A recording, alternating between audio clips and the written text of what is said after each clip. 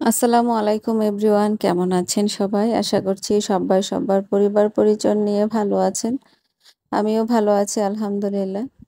আজকের দিনটা কেমন যেন ভার হয়ে আছে, না বৃষ্টি না রোদ। ঠিক যেন বাংলাদেশের প্রতিটি মানুষের মনের অবস্থা।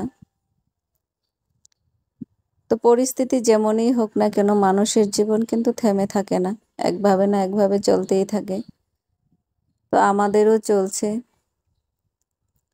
তো দোয়া করি বর্তমান যে পরিস্থিতি, সেই পরিস্থিতি যেন সবার ঠিক হয়ে যায়, সবাই যেন এই পরিস্থিতিকে সামাল দিয়ে ভালোভাবে কাটিয়ে উঠতে পারে।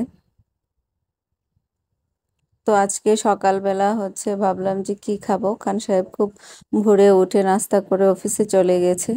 তো আমরা তিনজন সকালবেলা নাস্তা করব, তো আমি নাস্তা রেডি করছিলাম। ভাবলাম যে আজকে ডিম পোস্ট করে খাই।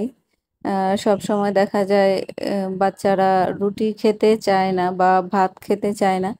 তো মাঝে মাঝে চেঞ্জ করি। কিছুদিন সকালবেলা দুধ দিয়ে কমপ্লেক্স দেই, আবার মাঝে মাঝে রুটি দেই, মাঝে মাঝে ভাতও খাওয়াই। তাহলে হয় কি, টেস্টটা পরিবর্তন হলে ওদের খাবারের প্রতি যে অনাগ্রহ থাকে সেটা কেটে যায়। তো আজকে ডিম পোচ করলাম আর রুটি বানালাম। তো মান্না বেশি রুটি খেতে পারে না, মানে একটা খায় কোনো রকম, আর একটা ডিম পোচ, এই দুটোই সে খায়।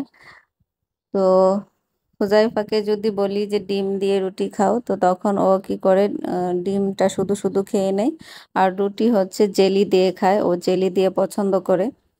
তো আমি বাসায় সব সময় একটা জেলি রেখে দেই, কারণ সব সময় দেখা যায় হুটহাট করে নাস্তা রেডি করতে পারি না। অনেক সময় আহ, ঘুম থেকে দেরি করে ওঠা হয়, দেখা যায় যে ঘুম থেকে উঠেই ক্ষুধা লেগে যায়, সেজন্য রুটিটা আগে বানায় নিই। আর জেলিটা যদি বাসায় থাকে তো ঝটপট ব্রেকফাস্টটা হয়ে যায়। তো হুজাইফা রুটি খেয়ে নিয়েছে, মানহাকে এক রুটি দিলাম, বাট সে রুটি খাচ্ছে।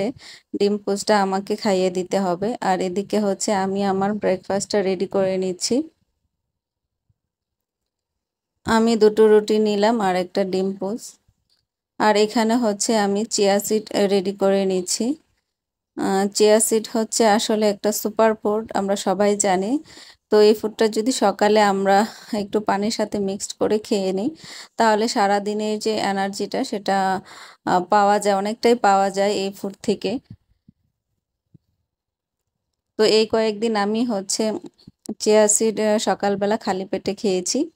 আজকে ভাবলাম যে, মানে আজকে সময়ই পেলাম না, সকালবেলা উঠেই আগে নাস্তা বানানোর জন্য রান্না ঘরে চলে যাই, যে সকালে যে একটু আগে পানিটা খেয়ে নিব, তার সময়ই পাই নাই। তো একসাথে খেয়ে নিচ্ছি, সমস্যা হবে না। মানহাও নিজের হাতে খাচ্ছে, তো শেষের দিকে আমাকে গিয়ে খাবারটা মানে ফিনিশ করতে হবে, ও একবারে শেষ করতে পারে না। আর বাবুর ব্রেকফাস্ট অলরেডি হয়ে গেছে। তো এই ছিল মূলত আমার আজকের ভিডিও। আশা করি দেশের পরিস্থিতি খুব তাড়াতাড়ি ঠিক হয়ে যাবে। তো সবাই ভালো থাকবেন, সুস্থ থাকবেন, আর আমাদের জন্য দোয়া করবেন। আল্লাহ হাফেজ।